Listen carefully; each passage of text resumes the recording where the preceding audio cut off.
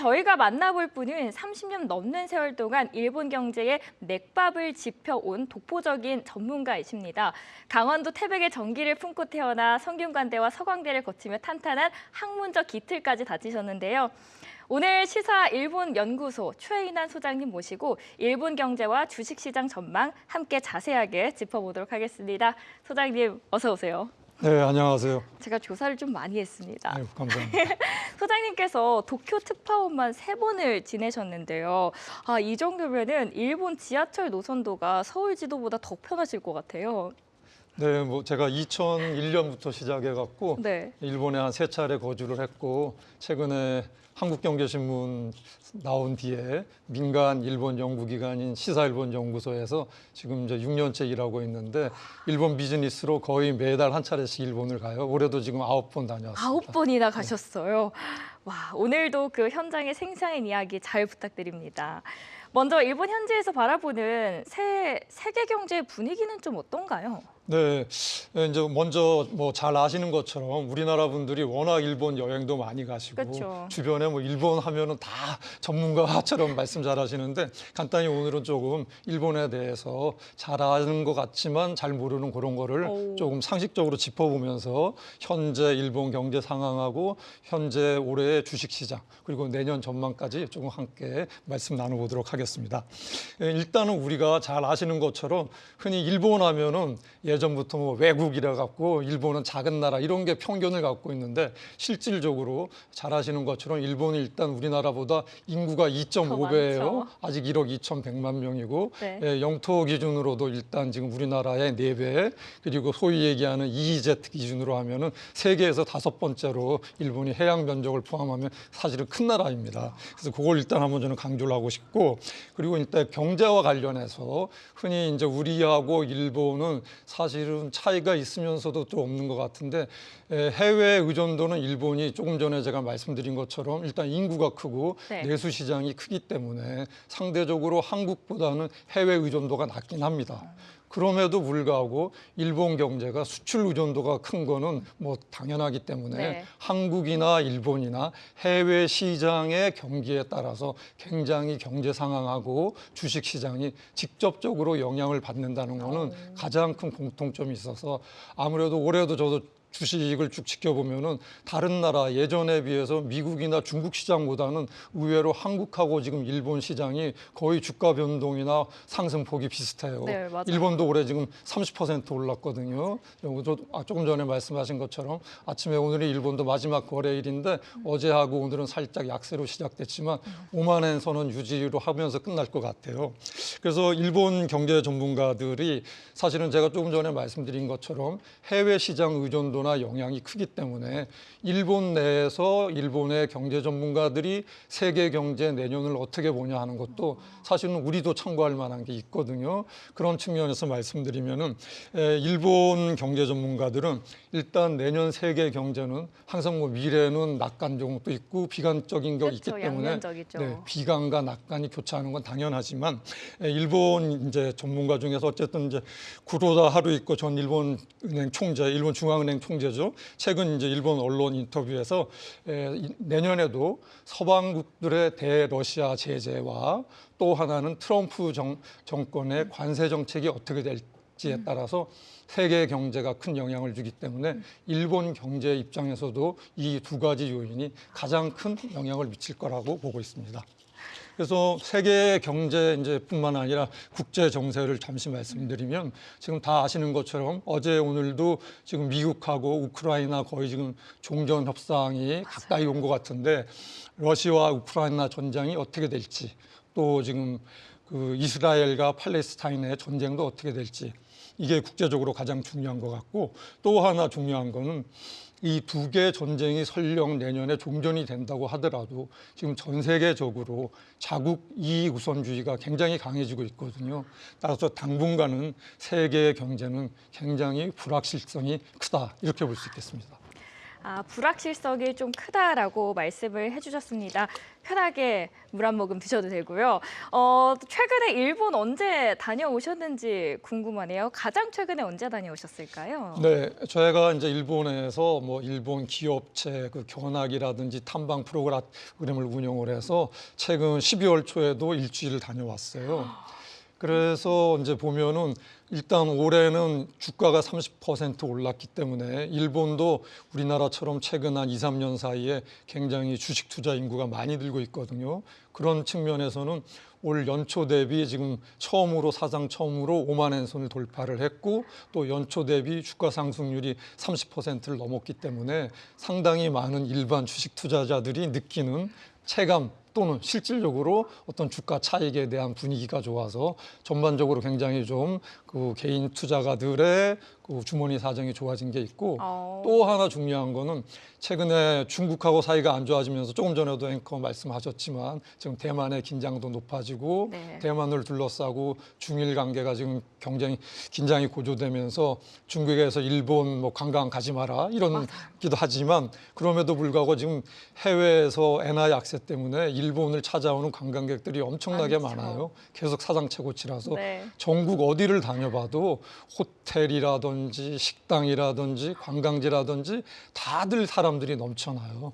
그래서 실질적으로 느끼는 어떤 체감 경기는 제가 최근 한 10년을 꾸준히 다녀보고 거주해 봤는데 올해가 최근 10년 사이에 실질적으로 일반인들이 느끼는 체감 경기는 가장 좋다. 물론 뭐 모두가 좋은 건 아닙니다. 당연히 우리도 지금 저 세계적인 인플레이션 때문에 고물가로 인해서 고통받는 이제 네. 중산층 이하나 서민층 분들이 많은데 일본도 그거는 상황은 똑같습니다. 지금 주식 시장도 좋아지고 임금도 최근 뭐 수십 년 만에 가장 큰 폭으로 올랐지만 그거 이상으로 물가가 올라갔고 거기에 대해 또 불만이 있는 것도 사실이긴 하거든요. 그럼에도 불구하고 제가 느끼기에는 올해가 한 최근 10년 사이에 일본이 그 장기 경기 침체에서 정말 본격적으로 터닝을 해서 본격적인 회복세로 가는 첫 해가 아닐까 개인적으로는 이렇게 판단하고 있습니다. 그러니까 현재 경기가 확실히 살아나고 있다라는 거를 체감을 하시는 거네요. 네, 저는 그렇게 보고 있습니다. 그런데 좀 의문점이 드는 점도 있는 게요. 지난 19일에 금리를 연 0.75%를 올렸거든요. 네. 근데 엔화가 여전히 약세예요. 네. 왜 그런 건가요? 네, 역시 좀 보통은 이제 투자가들 하시는 말씀이 그 환율 예측이 주식 예측보다 더 어렵다. 이렇게 다 이제 전문가들도 말씀하시는데 네. 사실 저도 이제 매년 10차례 이상 일본 비즈니스 여행을 하기 때문에 항상 엔화 추이를 보면서 한전을 좀 충분히 미리 해놓는 편이에요. 솔직히 말씀드리면은 저도 약간 이번에 실수를 했었어요. 왜요? 이번에 금리 오를 걸 예상을 하고 한 3, 4일 전에 이게 한 20만 원 정도, 200만 원을 바꿔갖고 네, 환전을 금리 하셨군요. 결정회의에서 연 0.5%에서 0.75%로 지금 기준금리가 올라갔는데 네. 당연히 오를 거를 예측을 하고 3, 4일 전에 미리 올렸는데 결과적으로 보면 달러당 금리 올리기 전에 달러당 155엔 선에서 지금 157엔까지 갔다가 다시 그냥 155, 156엔 그러니까요. 선이기 때문에 지금 앵커님 말씀하신 대로 금리 올린 효과가 엔화 가치 지금 상승에는 전혀 현재로는 이제 연관성이 없어서 저도 이제 전문가분들이나 온갖 저기 시장에 계신 분들하고 계속 항의를 해봤는데 네. 그 결과로 보니까 이제 이런 이제 그 결과적인 분석이 가능한 것 같아요. 사실은 지금 세계적으로 비교하면은 일본의 기준금리가 워낙 낮아요. 우리나라가 지금 연 2.5%고 미국이 4.0% 되기 때문에 일본이 이번에 0.5에서 0.75로 올렸다고 해도 세계 주요국에 비하면 아직 턱없이 낮은 수준이거든요. 그렇죠. 그래서 상대적으로 지금 기준금리 기준으로 볼 때는 엔화가 이 정도로 낮은 건 어떻게 보면 너무나도 지극히 당연한 거고 또 하나 이번에 금리를 올렸음에도 바로 시장에 영향이 없는 거는 외환 시장에서는 이미 요거는 올릴 거라고 예상이 된 데다가 0.25%포인트 상승폭도 다 예상한 그 범위 한도 내에 있어갖고 그거는 진짜 예측했기 때문에 이번에는 영향이 없는 거고 그래서 지금 시장에서의 가장 큰 포인트는 뭐하냐면 과연 일본 중앙은행인 일본은행이 새해가 되면서 지금 엔화가 이번에도 예상보다 전혀 움직이지 않기 때문에 네. 여러 가지 지금 일본에서도 막 불만이 많거든요. 뭐 수입 물가가 당연히 올라간다든지 기업들의 그 해외 수입할 때 또 코스트가 올라간다든지 여러 가지 문제가 많기 때문에 지금 추가 금리 인상을 거의 지금 당연시하는 분위기예요. 일본 내에서 시장 투자가들도 그렇고 기업가들도. 그래서 다만 그 추가 금리 인상 시점이 언제가 될 것이냐라고 지금 거기가 최고 포인트고 제가 보기에도 오늘도 나오기 전에 일본의 그 은행분들하고도 지금 통화를 좀 해봤는데 네. 생각보다는 빠르게 내년 상반기 조금 더 빠르면 한 1분기 정도에 추가 금리 인상이 가능하지 않을까 이런 예측이 나오고 있습니다. 생각보다 빠르네요. 네. 아무래도 엔화 투자를 하셨는데 엔화가 또 마음처럼 움직이지 않아서 목이 타실 것 같은데 물 한 모금 편히 하시면 될 것 같고요. 자, 시장의 기대치 때문이었습니다. 그러니까 인상폭이 예상 범위 내였고 일본은행 총재가 다음 인상 시기에 대해 말을 조금씩 아끼다 보니까 투자자들이 아직은 엔화를 살 때가 아니다라고 판단을 한 것 같습니다.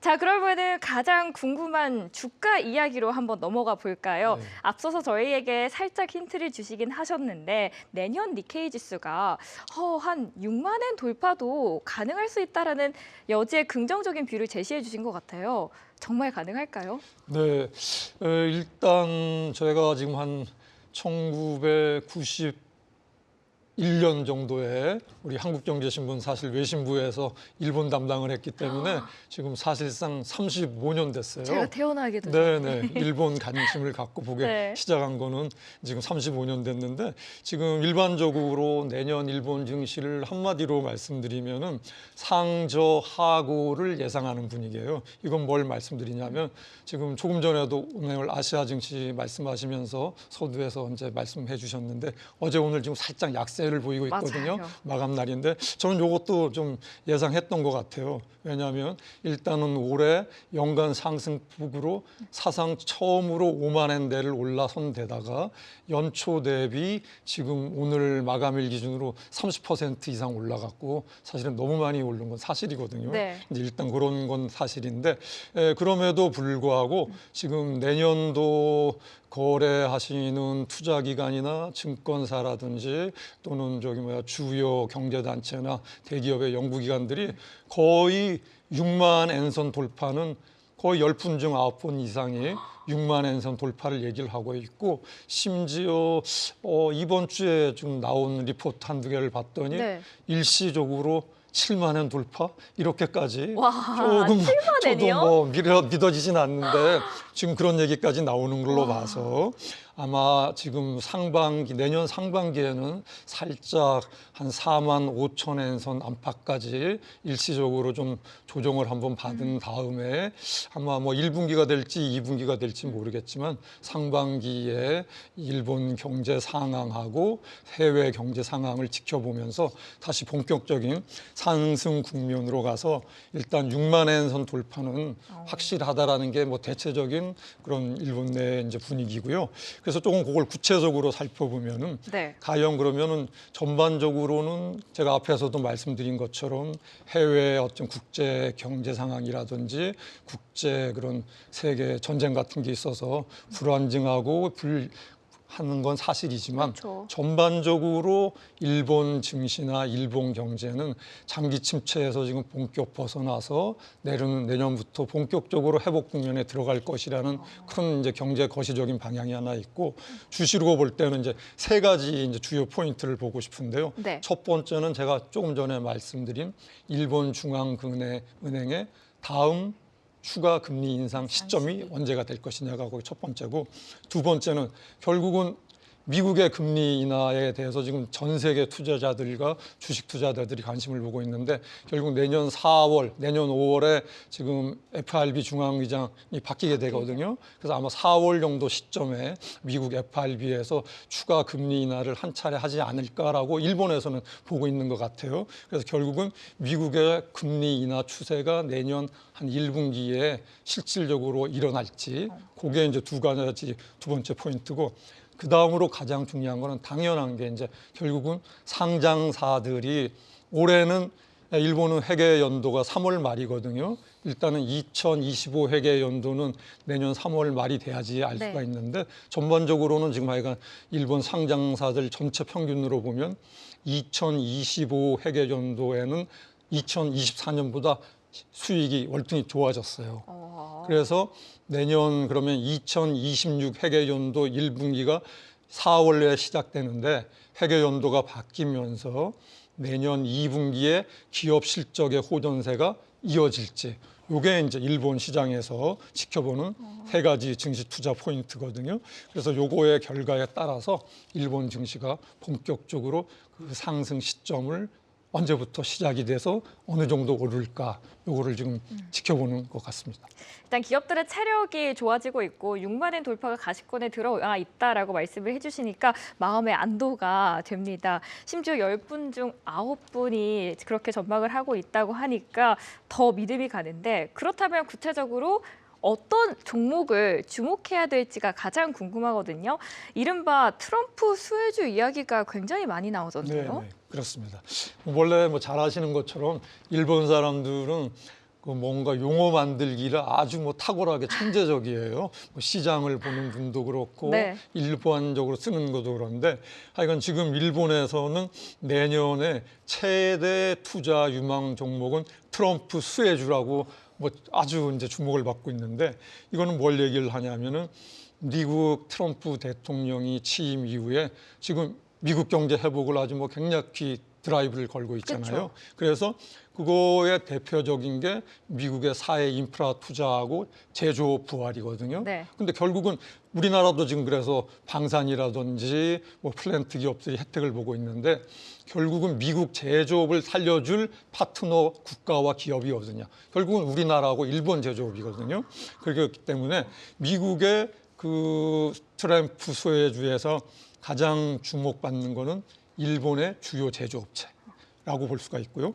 그 다음에 두 번째로는 일본도 굉장히 지금 물가가 오르기 때문에 이 인플레이션에 따라서 인플레 수혜주들이 굉장히 지금 수익이 늘고 있어요.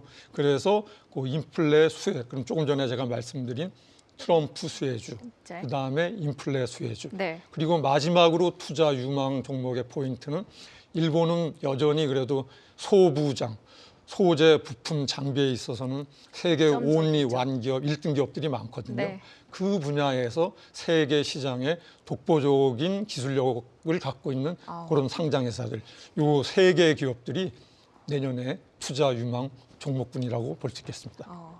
그러니까 크게 세 가지로 볼 수가 있겠는데 트럼프 수혜주, 인플레이션의 수혜주, 그리고 독점 수혜주, 일본 증시의 키워드로 세 가지 기억을 해보시면 좋을 것 같습니다.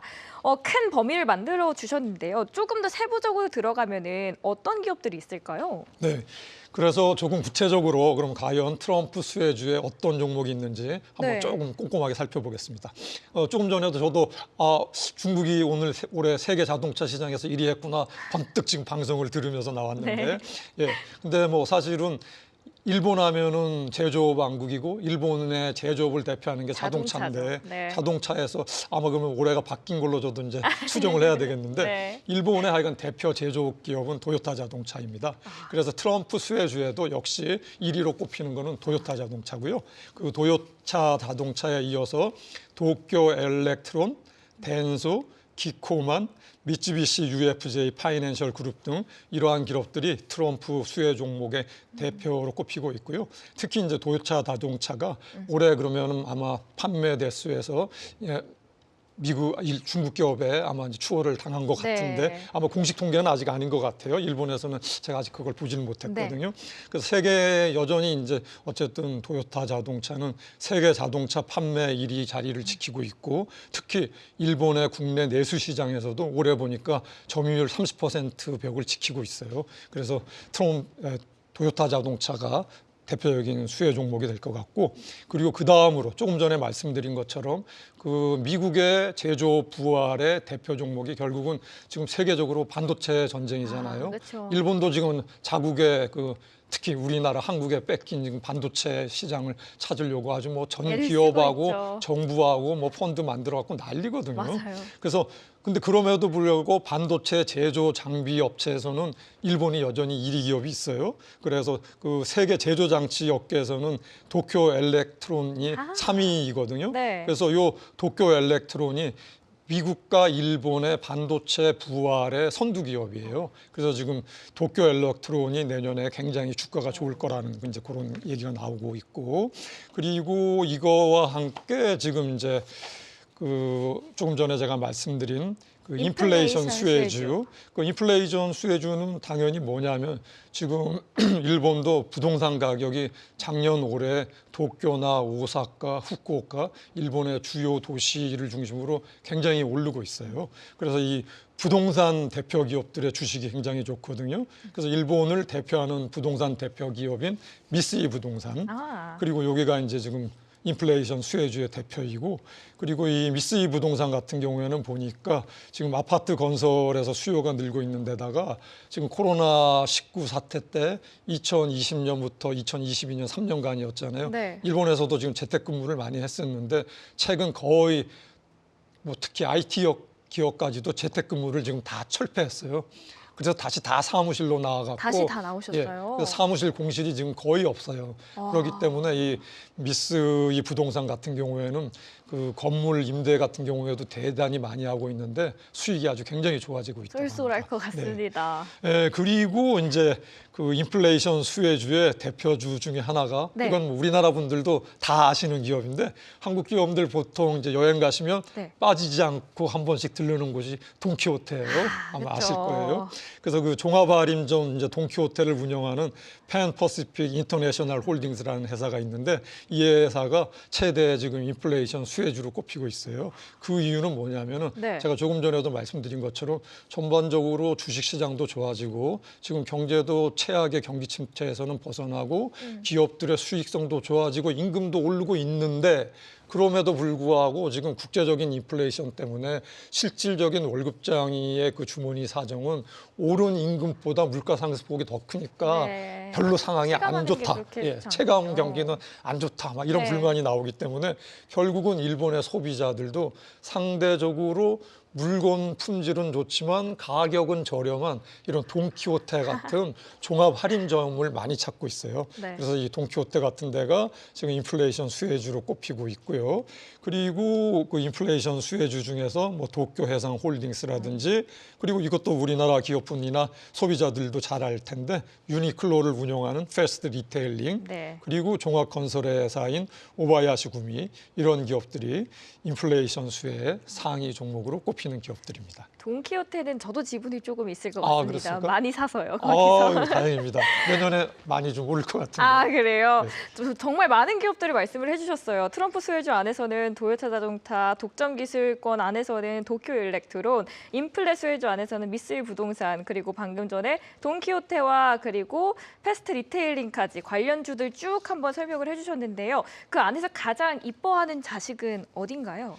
네, 저는 개인적으로 뭐 일본 주식에 관심은 많지만 실질적으로 직접 투자는 안 해요. 네. 다만 이제 일본 기업에 관심이 있어서 계속 지켜는 봐요. 그 이유가 뭐냐면 지금 조금 전에 그분이 말씀하신 것처럼 결국은 한국하고 일본의 큰 경제 추세라든지 아니면 상장사들의 수익 구조라든지 경쟁을 하면서도 우리가 경쟁력을 가지는 기업들은 일본 기업을 지금 제치고 세계에서 1, 2위가 된다든지 이런 현상이 많은 업종에서 발생하기 때문에 과연 일본의 어떤 기업들이 이 변화하는 시장에서 뜨고 있고 반대로 사장되고 있고 네. 이거를 보면은 우리나라 기업 중에서 어떤 기업들이 지금 더 유망할까 이런 거는 제 나름대로 항상 그냥 기자적인 관점에서 관심을 네. 갖고 지켜보고 있거든요. 그래서 저는 지금 사실은 개인적으로 일본의 소프트뱅크하고 조금 전에 나온 유니클로 네. 두 개 회사를 제일 워치를 하고 있어요. 베스트 리테일링과 소프트뱅크 또 일본 시장을 통해서 한국도 유치할 수 있으니까요.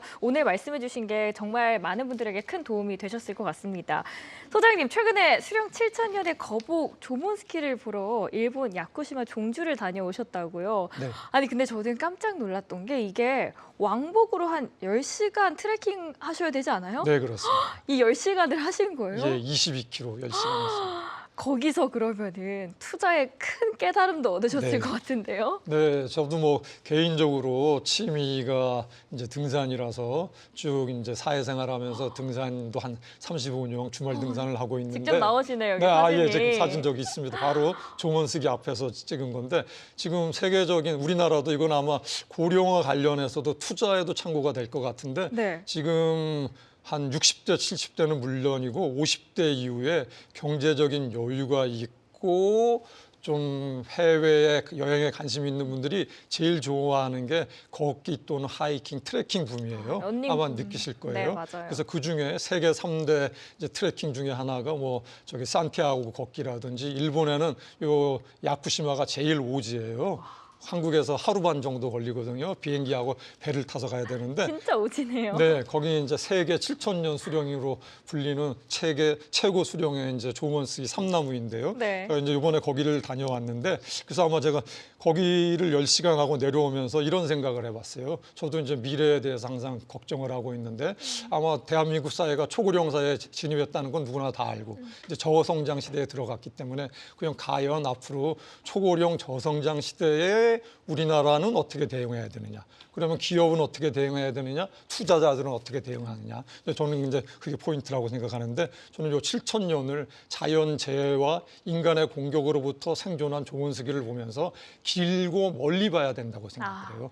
길고 멀리 보는 사람이 오래 살았기 때문에 향후에 지금 누구나 다 아는 것처럼 다가올 세대는 AI 인공지능 시대, 휴머노이드 로봇 시대, 그리고 항공우주 시대. 이거는 다 예측을 하고 다 알고 맞습니다. 벌써 시장에서 테마주고 있는데 네. 거기에 대해서 저는 5년, 10년, 20년 뒤에 장기적인 관점으로 이 7,000년을 살아남은 조본스기처럼 길고 멀리 우량주를 장기 투자하는 게 최고의 일반인으로서 주식의 좀 투자의 포인트가 아닐까 이렇게 생각해 봤습니다. 너무 멋지십니다. 그리고 사진으로만 봐도 그 기운이 대단하다라는 게 느껴지는데요. 길고 멀리 보는 투자가 정답이라는 말씀 정말 와닿습니다. 지금까지 소장님과 함께 2026년 일본 경제 전망에 대해서 알아봤습니다. 오늘 귀한 시간 내주셔서 정말 감사합니다. 네, 고맙습니다.